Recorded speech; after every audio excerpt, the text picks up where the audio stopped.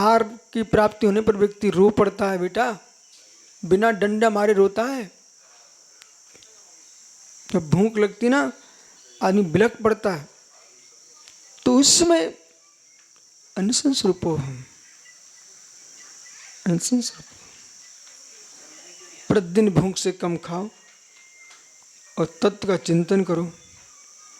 ये ध्यान सूत्राणी के ध्यान का भी तो चिंतन करो, हर प्रकार का ध्यान करो। देखो बोले इधर देखो, बीजाक्षर का मत ध्यान करोगे तुम तो सूखे हो जाओगे। बीजाक्षर मात का ध्यान करोगे सूखे हो जाओगे। बीजाक्षर में सरसता नहीं है।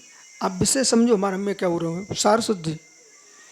बीजाक्षर एक शांत चित्तता है, उसमें विषय नहीं है, रोकना है मात। आ आ आ आ, चित्त को रोकना मत, विस्तार नहीं।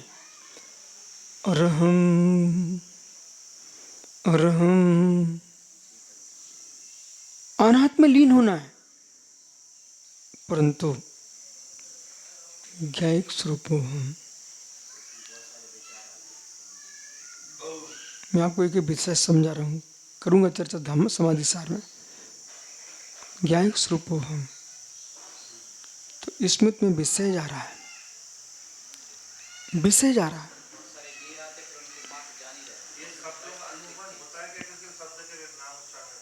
नहीं, उसको विषय में जाइए, बाह्यार्थ पकड़िए।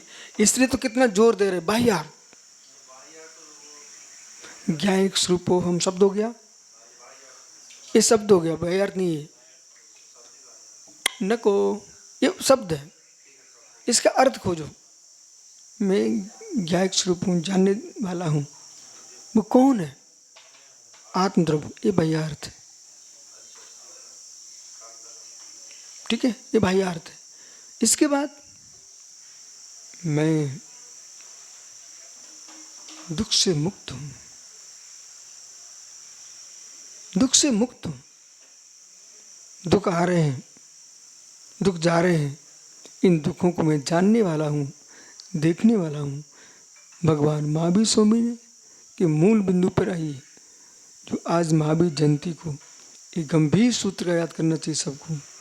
राहुल दीपक, देखो, जानो, जाने दो।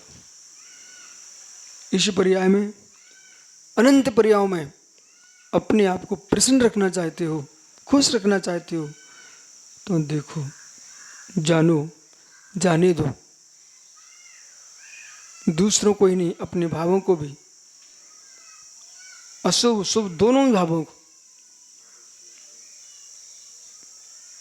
अशुभ को भी तुम रोक नहीं सकते, अपने पास लंबे समय पागल हो जाओगे। शुभ को भी नहीं रोक सकते, पागल हो जाओगे। शांतता में जियोगे, इस समय आदमी खोज है। तस्मात्, इसलिए यथाबलम, जितना तुम्हें सामर्थ्य है, दुखी आत्मा भावित मुनि, हे मुनि, आत्मा को दुख से भावित करो। ऐसा आचार्य भगवान आदेश कर रहे हैं, दुख से भावित करो, जिससे कि दुख के आने पर तुम अपने मार्ग से च्युत न हो। जैसे कि आपने तत्वासुत जी में पढ़ा हुआ है, मार्गच्युन निरार्थम परशोरभ्य परिसह। मार्गच्युन निरार्थम परशोरभ्य परिसह, मार्ग से च्युत न हो सके, इसलिए वो निर्जा के लिए परिसय सहन करना चाहिए। जैसे कि मच्छर काट गया, तुम पहले से तेल में लगा के बैठे हो, नहीं, काट जाने दो थोड़ा, परिसय जो है, ये क्यों काट जाने दो? अरे ये मच्छर का काटने सहन कर पाए तो कभी शेर भी काटने डसने आ जाएगा, भगने आ जाएगा, तो हम शांत बैठ पाएंगे। बिच्छू के डंक से नहीं डरोगे तो सांप के डसने से भी तुम शांत बैठ पाओगे। इसलिए परिसर सहन करना चाहिए। ठीक है, कुछ ऐसे शब्द बोले, जो साधक का दृष्टिकोण है वो जगत का दृष्टिकोण नहीं बन सकता। मित्र, इस पर विशेष ध्यान दो। मैं क्या बोल रहा हूँ? जो साधक का दृष्टिकोण है वो सामान्य जीव का दृष्टिकोण नहीं बन सकता। इसलिए बहुत सारे तत्व के लिए विषय भी अज्ञानियों से आपको बच के तत्व समझना पड़ेगा। गंभीर विषय है, गंभीर विषय है। जैसे कि भाई मामा, एक व्यक्ति को कांटा चुभ गया तो वो बालक इंदौर का आया, वो सुई लेके आया और उसने क्या किया, उसको लिटा करके दो आदमी के हाथ पकड़ ली। वो क्यों, जिसको कांटा चुभ बहुत चंचली था, वो सुई नहीं लगाने, उसको पकड़ करके चारों तरफ से हाथ पैर पकड़ लिए और उसके सुई लगाने लग गई, पैर में चुभ हुई। तो दूर से देख रहा था एक अज्ञानी प्राणी, बोले कितनी हत्यारे लोग हैं, सबको सब मिल करके उसके हाथ पैर पकड़ करके उसके पैर में सुई चुभो रहे हैं। मित्र, सुई नहीं चुभो रहे थे, सुई चुभो करके उसके कांटे के दर्द को ठीक कर रहे थे। इसलिए आंखों देखा विषय भी तुम्हारा सत्य, ये नियम नहीं है। दृष्टिकोण आपका अपना अपना है।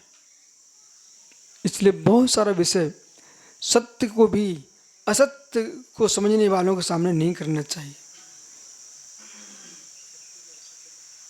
सत्य कार्य भी ना समझ लोगों के सामने नहीं करना चाहिए।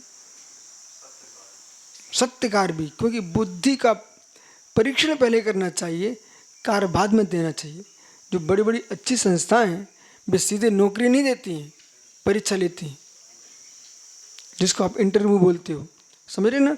बिना इंटरव्यू के रख लोगे तो बाद में तुम्हें रोना पड़ेगा। नहीं, ट्रेनिंग देते अच्छी बात है, परीक्षा भी लेते हैं, परंतु दो प्रकार की परीक्षा।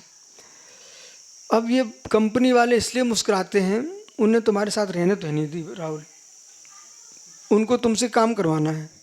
तुम्हारा काम कर जाओ, पैसा पाओ, तुम अपने घर में और कैसे जीते तुम जियो, समझ रहे ना।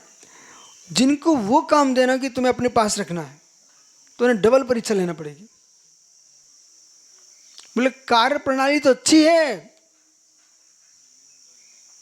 पर सहन शक्ति, सोच और समीकरण रहने का एक साथ का है कि नहीं। कुछ लोगों के साथ तुम बात करो 2 मिनट थक जाओगे, और कुछ लोगों के साथ तुम बात करो दिन भर करो थकोगे नहीं। कुछ लोगों को ऐसे सोच हैं जिनका सोच सुन के ही तुम्हारा सिर फट जाएगा, और कुछ लोग ऐसे सोच हैं तुम दिन भर सुनो तुम मुस्कुराओगे। इसलिए रहस्य ये है, पति पत्नी का जीवन बहुत कठिन जीवन है, बहुत कठिन जीवन है। आप बोला तू समझ तलाक क्यों हो जाते, बहुत कठिन जीवन है कि कौन से कुल की बिटिया है, कौन से कुल का बेटा है, अलग अलग घरों में जिए हैं, इनके साथ कैसे समीकरण बना के बिठा के जी पाएंगे, ये कला होना चाहिए। वही गृहस्थ जीवन सफल होता है। दोनों को अपने जीवन का आधा आधा सुख समाप्त करना पड़ेगा, वो आधा आधा सुख दोनों को बांटना पड़ेगा, समझ रहे ना।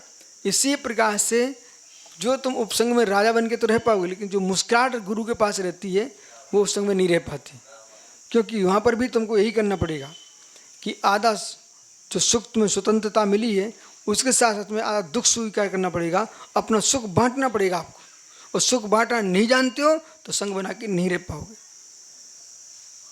बहुत सारे लोग हमने भेजे वे सुख बांटना नहीं जानते, उन्हें 1 घंटा बोलने तो बोलनी है भैया, उसको दो सामने वाले को, नहीं तुम एकल बारी बन जाओगे। देखो सुब्र साहब मुखिया है, गुरु तुम्हारे सामने है, वे 2 घंटे बोलोगे तुम कुछ भी नहीं बोलोगे, क्योंकि सबको आनंद आ रहा है, मतलब श्रद्धा का है। गुरु भाई के साथ जाओ, कहेगा भाई तुम्हारा हिस्सा दो।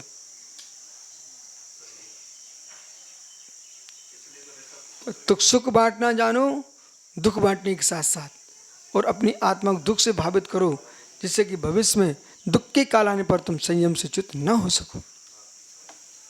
शेष आगे विचार कर रहे हैं।